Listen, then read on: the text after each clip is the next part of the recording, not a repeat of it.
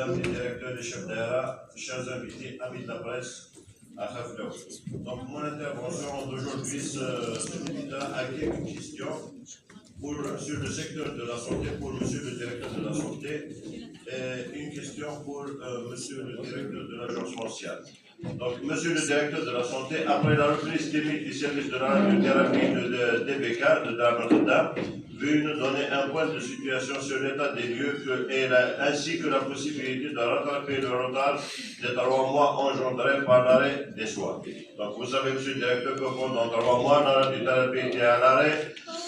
Il y a eu entassement des dossiers des malades pour la radiothérapie. Y a-t-il un moyen de récupérer ce retard en introduisant une équipe supplémentaire? Je ne sais pas moi ce que vous allez nous proposer. Le deuxième point, donc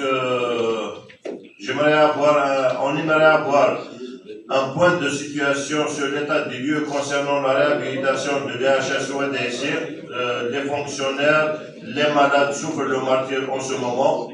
Point de situation sur l'extension de l'EPH d'Azosga, et la polyclinique de Delabizen que vous avez promis pour réception avant fin 2025.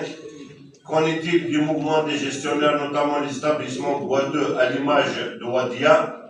Qu'en est-il du programme d'ouverture des polycliniques en H24 à l'image de Termitin, Souama et Doumalou? Monsieur le directeur, j'ai appris que des cas de GAN ont été enregistrés par vos services. Veuillez nous confirmer ou nous infirmer la réapparition de la maladie de la gale dans notre wilaya. Si vous confirmez, s'agit-il d'un cas isolé ou de plusieurs cas? Concernant la poliomyélite, notre pays est déclaré indemne de cette maladie par l'OMS depuis 2020. Alors s'agit-il juste d'une campagne nationale de rattrapage ou y a-t-il la réapparition des cas de poliomyélite en Algérie et qu'en est-il de notre wilaya? Pour terminer avec le secteur de la santé, j'ai une proposition à faire, Monsieur le Président, Monsieur Louali, Monsieur le Directeur de la Santé, concernant le nouveau CHU des 500 lits. Donc, d'après les dires, le nouveau CHU de 500 lits, il sera rattaché comme unité à l'actuel CHU. Et après discussion avec les gestionnaires et les professionnels de la santé, il se trouve que le rattacher à l'actuel CHU, ça sera un échec. L'idéal est de trouver un moyen dès maintenant, puisque l'état d'avancement de ce projet est quand même conséquent et il avance à bon rythme. Donc, d'ores et déjà, il faut essayer de monter un dossier. L'idéal, c'est de décrocher un décret de création pour cet établissement pour qu'il puisse avoir son propre budget, pour qu'il puisse apporter un plus à notre wilaya. Merci. Monsieur le directeur de l'agence foncière, je vous ai suivi hier avec attention concernant le lotissement d'État Kocha. 4 actes sur 48. Depuis 1974 que ce lotissement patine. Comment expliquez-vous cette situation? Y a-t-il des solutions pour résoudre le problème de ce lotissement, car les citoyens de ce lotissement souffrent le martyre? Monsieur Louali, j'ai une doléance d'une association d'un quartier du côté de Tamda, si vous permettez ce que je peux la lire. Donc, demande d'urgence d'audience. Monsieur Louali, nous habitons des bâtiments 4, 5, 6, 7, 8 et 9 à la cité 288 logements LPP Tamda situé à Tizi Ouzou, constitués en association officiellement reconnue par la PC de Ouagadougou conformément à la décision 5-2025 du 23 juillet 2025.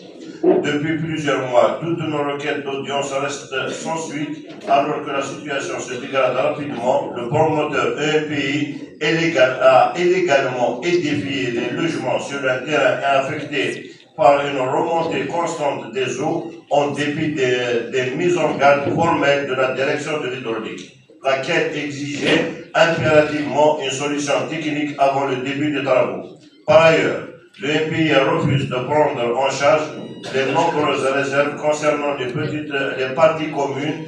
Les constructions ne respectent pas les normes, ne respectent pas les normes prescrites par l'arrêté ministériel du 24 janvier 2015 relatif aux spécificités techniques du logement promotionnel public, ni les prescriptions détaillées dans l'annexe du journal officiel numéro 61, 18 novembre 2015.